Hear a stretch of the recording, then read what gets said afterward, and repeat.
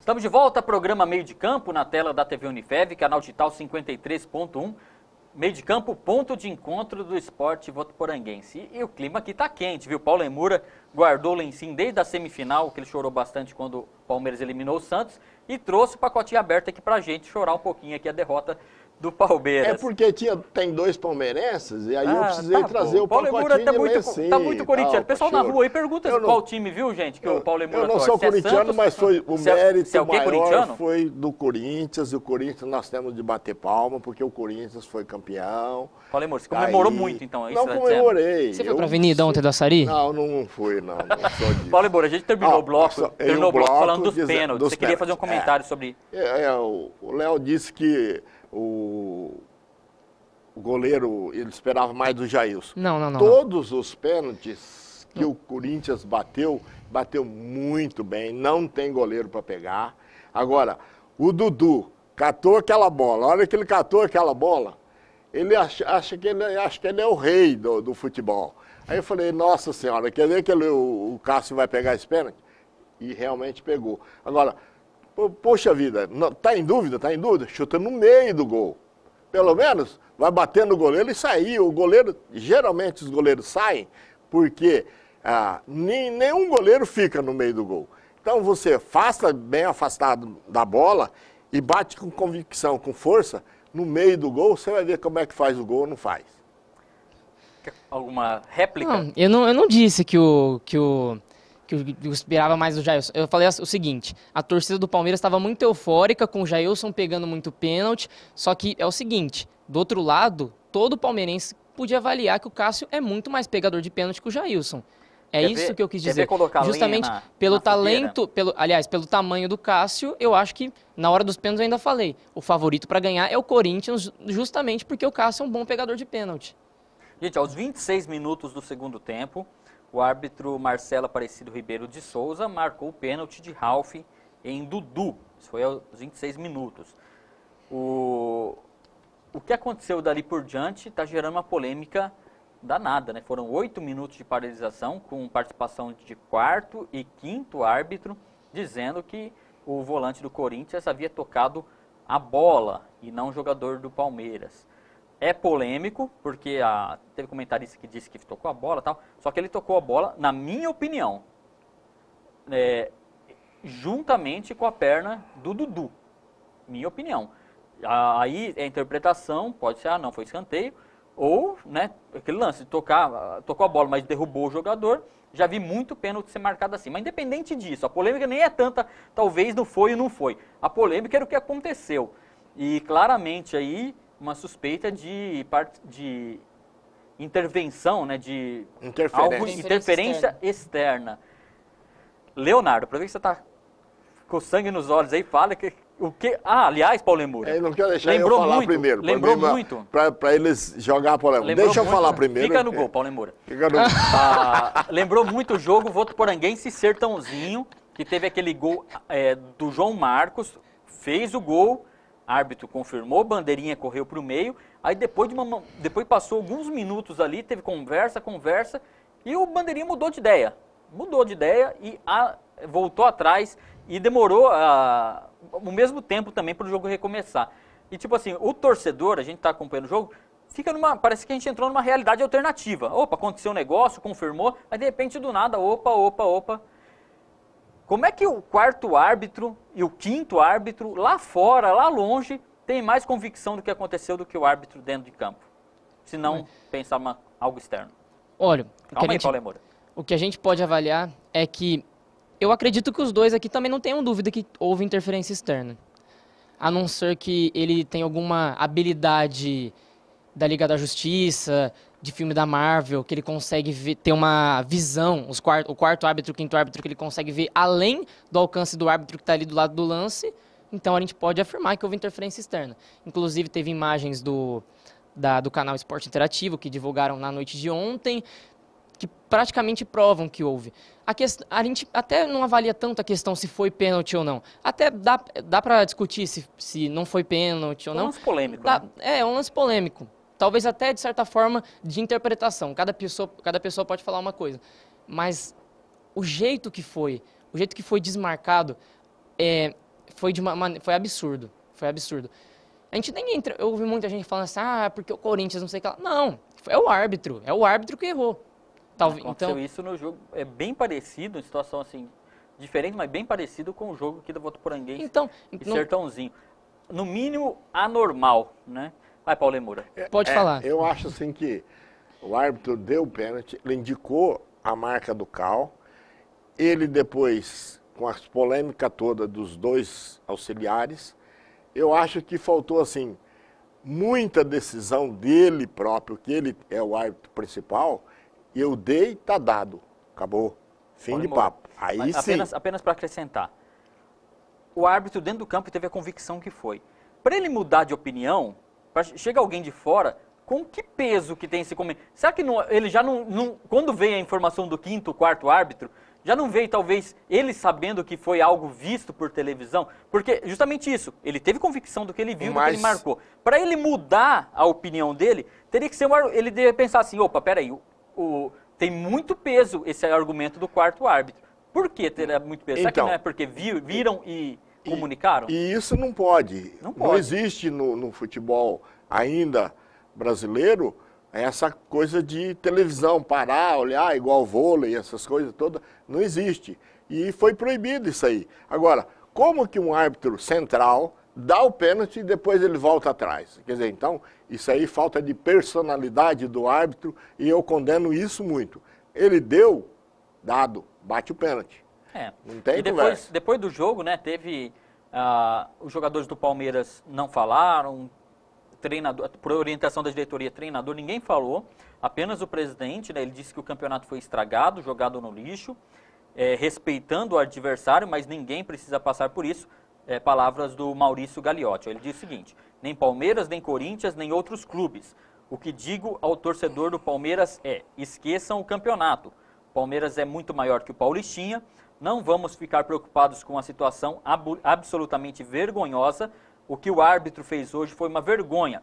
Depois de marcar a penalidade, ele teve uma reunião dentro de campo e aí o pênalti foi anulado. Não concordo com a parte do Paulistinha. O Campeonato Paulista é tradicional, é grande. Se não fosse o Palmeiras, não se importaria de escalar o time titular, o torcida não iria lá lotar o Allianz Parque. Não concordo com essa parte. Só que eu concordo que alguma coisa, algum posicionamento forte tem que ser feito. Tomado. Né? Porque acaba tirando... Imagina, como a gente sentiu isso aqui na Arena Plínio Marim, fico imaginando o torcedor no estádio, Paulo Moura. Mas aí é o seguinte, ó. Imagina ficar 8 minutos ali sem saber... O Gagliotti aí falou umas besteiras depois, que eu ouvi também, porque ele não podia falar Campeonato Paulistinha, que ele não liga para isso. Nós temos 4 times que estão defendendo o Brasil na Libertadores. E esses times são do Campeonato Paulista. E são os finalistas do Campeonato Paulista. Não, São Paulo não está, Paulo Moura. Não, São Paulo é 3. Respeita meus amigos São Paulinos. Respeito nossos amigos São Paulinos, mas são 3. Esse ano chega. Mas esse ano vai. Então, esses times são grandes. Então não pode acontecer o que ele está falando. Agora, eu, como diretor, na hora lá, eu decidiria diferente. Já que ele quer fazer isso aí, faz a polêmica, era 26 minutos do segundo tempo, tira o time de campo, fala, ó, nós não vamos mais jogar bola, entrega o título ao Corinthians. Seria muito mais bonito. Só que tem também, ao mesmo tempo, a gente volta e pensa atrás. Espera aí, 41 mil torcedores. Qual seria a reação dos torcedores depois? Aí ficaria muito ruim também. É que analisando agora, se o Palmeiras tivesse ganhado nos pênaltis... friamente, né? Aí, certo, o correto seria isso. Tira-se o time de campo, ó, nós não vamos jogar porque o juiz deu pênalti e tal, entra para polêmica, vai para a justiça e aí vamos decidir. Mas, ao mesmo tempo, a gente tem de pensar que tinha 41, 42 mil torcedores dentro do estádio e que você poderia causar um transtorno, um tumulto muito grande e que ficaria ruim para o futebol brasileiro. Léo, para concluir esse assunto do clássico, alguma coisa sobre... Então, eu acho que tirar o time do campo tem vários aspectos que impedem isso. Um aspecto histórico. Em 1942, o Palmeiras jogava a final do Campeonato Paulista contra o São Paulo. O São Paulo não voltou para o jogo, retirou o time de campo e até hoje os palmeirenses vão, os torcedores do São Paulo quanto a isso. Então agora imagina, em 2018, em plena ascensão da internet, se um time do Palmeiras sai de campo contra o Corinthians por causa de decisão de arbitragem, você pode ter certeza que eu me envergonharia como palmeirense, eu me envergonharia. Então, se for para perder da maneira que foi, que perca em campo. Que não saia de campo e seja tipo, eles não aguentaram, saíram como covardes, então fique em campo. Então, independente de decisão de árbitro, o Palmeiras perdeu de maneira... foi a melhor equipe até então na final, perdeu a final. Então, de certa forma, perdeu ali Os no pênaltis, campo. perdeu, Perdeu né? nos pênaltis. Perdeu honrosamente. É absolutamente normal. Não aconteceu Ganhou desastre. fora, o Corinthians ganhou dentro, foi pênalti. Foi resolvido nos pênaltis, né? Não, mas eu só botei essa polêmica, mas não que era a minha decisão. Dá para se pensar, Dava né? para se pensar fazer isso e, ao mesmo tempo, voltei e falei que realmente tinha 42 mil torcedores, Então. que o estádio poderia dar um tumulto muito grande. Poderia, E dar com certeza. um Vai quebra-quebra, o um time. problema todo e tal. Então, são coisas que o futebol não pode acontecer nunca, porque futebol é coisa de alegria, não é coisa de briga, não é coisa de tristeza, então isso daí tudo a gente tem que ponderar e ver tudo isso. Por isso que eu só joguei a polêmica, mas voltei depois dizer que isso não pode acontecer. O programa está acabando já, mas passar rapidamente duas notícias, né? A equipe Sub-15 e também o time Sub-17 estrearam no Campeonato Paulista da Votuporanguense. Foi na manhã do último sábado. Foi contra o Barretos, primeira rodada do campeonato estadual. O Sub-15, apesar de ter mais posse de bola, 4 vezes acertou a trave, 4 bolas na trave, ficou no 0-0. Já o Sub-17 venceu por 3-1, gols do Cauã, Isaac e Luiz Henrique. O próximo jogo será no dia 21, em Rio Preto, no estádio Anísio Haddad. E também o Guarani, que foi campeão da Série A2, venceu por 4-0 o Oeste, e fez uma festa danada, né? Fez festa completa. Os dois times já haviam conquistado o acesso. E agora aí, Guarani 4-0, mais de 17 mil torcedores. Uma grande festa aí no estádio Brinco de Ouro da Princesa. Eu queria falar um tempo aí, dá um tempinho para mim. É bem rapidinho, falar Paulo a Moura, que a gente respeito está estourado o tempo. do Guarani. Eu parabenizar o Guarani, porque ele ficou tanto tempo aí caiu e não voltou mais, a ponte sempre estava lá e tal, e o pessoal sempre fazendo aquelas gozações dentro do futebol, e hoje o Guarani está aí de volta à primeira divisão. Parabéns ao pessoal, diretoria do Guarani, e que lutou bastante dentro daquilo que poderia ser feito, conseguiu aí chegar à primeira divisão outra vez e que faça um bom time que não caia mais, porque é difícil o retorno, e o retorno que deu aí do Guarani, parece que foi quanto? 60 e... O campeonato? O tempo que ele ficou fora. Foram, se não me engano, 9 anos. 9 anos, eu acho. Mas, 9 ou 10 anos que eles ficaram fora do campeonato, da elite do campeonato. E o outro time, que é da mesma cidade, estava sempre lá e eles aguentando as gozações aí. Principalmente o Neto, né? Pois é, mas, enfim, é assunto também. A gente que viu de perto, viu o que a diretoria do Guarani fez com a imprensa de Votuporanga lá. Mas que bom que foi para a primeira divisão. É um a menos para disputar com a gente aqui e dar trabalho. Gente, o programa está com o tempo estourado. Paulo Moura, obrigado pela presença. Deixe seu último recado. O meu último recado é o seguinte. Palmeirenses, não há necessidade de chororô, porque o Palmeiras é um grande time. Perdeu porque perdeu para ele mesmo. 2 pênaltis que foi muito mal chutado, eu acho. Que o Dudu e o Lucas Lima chutou mal pra caramba.